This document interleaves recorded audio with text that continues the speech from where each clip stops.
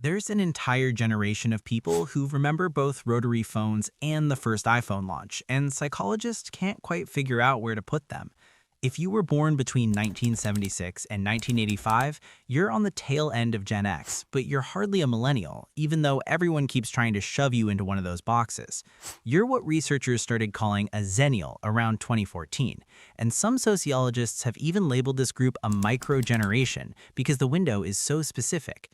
What happened during that specific slice of history created something that's genuinely worth examining.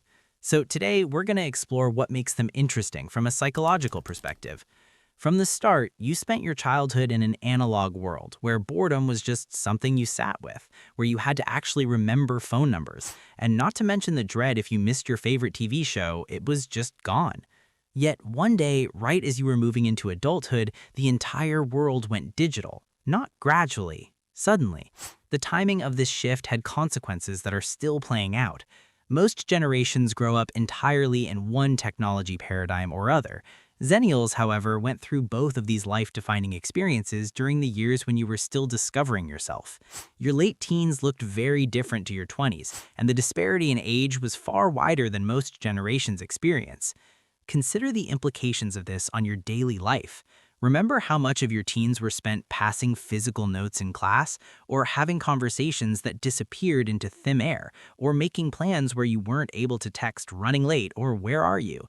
You just showed up and hoped your friends would be there. That required a completely different kind of trust and commitment than what exists now. But then you were in your 20s and saw everyone get cell phones. You registered with Friendster, next MySpace, then Facebook.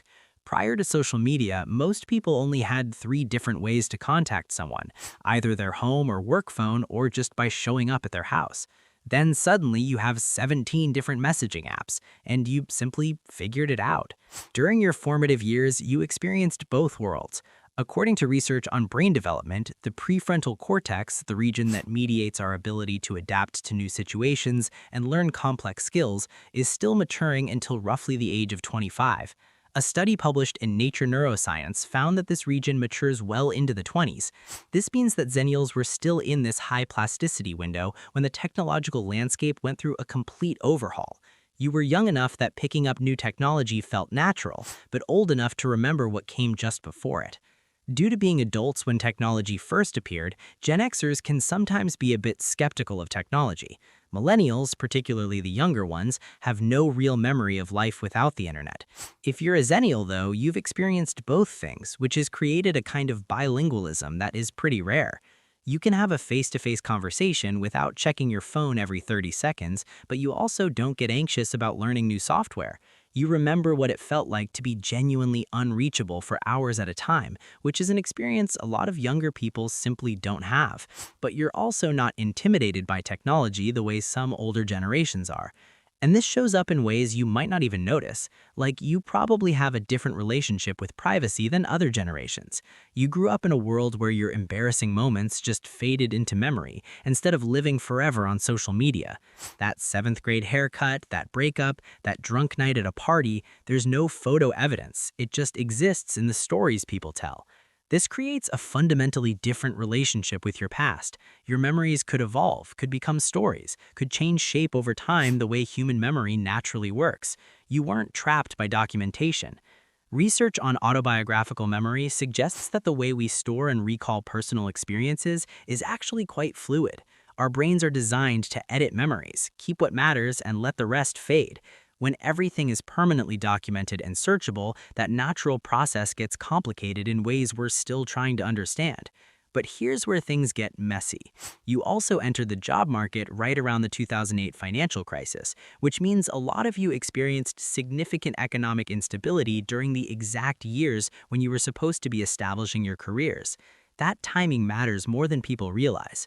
Research on economic hardship shows that financial trauma during this life stage can have lasting psychological effects. People who experience job loss or financial instability during this life stage often carry those experiences forward, even after their situations improve.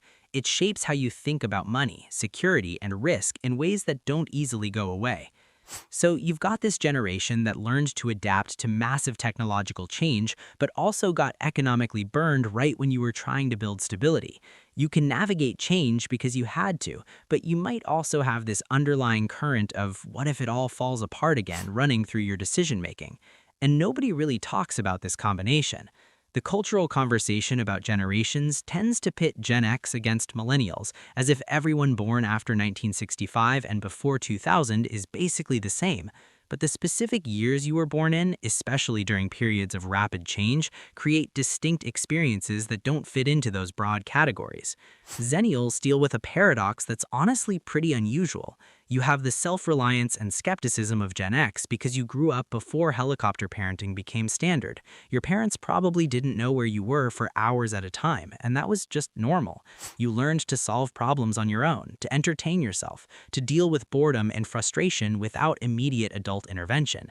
However, you also reached adulthood during the early days of the internet, when technology was still thought to connect everyone and solve everything, before we all realized that it might be actually making some things more complicated. It is odd to find yourself there, independent and cooperative, doubtful yet optimistic, digital but analog. What seems to define Xennials is this ability to hold contradictions without it feeling weird. You remember the before and the after, which means you're able to see what was gained and what was lost. Perhaps you're not as nostalgic for the past in the same way Gen X might be, since you genuinely appreciate modern conveniences too.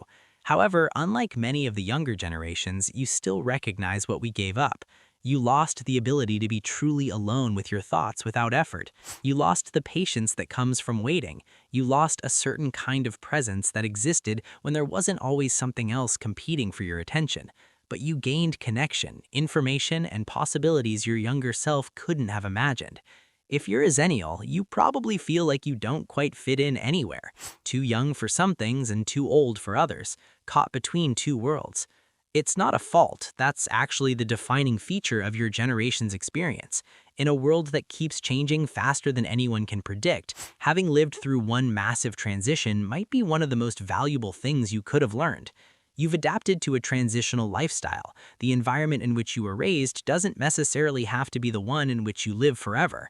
The Xennial experience is worth knowing about because of that, more than anything. Not because you're special in some superior way, but because you lived through a specific moment in history that taught you something the rest of us are still trying to figure out: how to adapt without losing yourself in the process. If this resonated with you, I'd really appreciate you subscribing. And if you want to help me keep making content like this, consider becoming a channel member. Your support genuinely means a lot. I've got some other videos queued up that I think you'll connect with. Different topics, but the same kind of depth. I'll see you in the next one.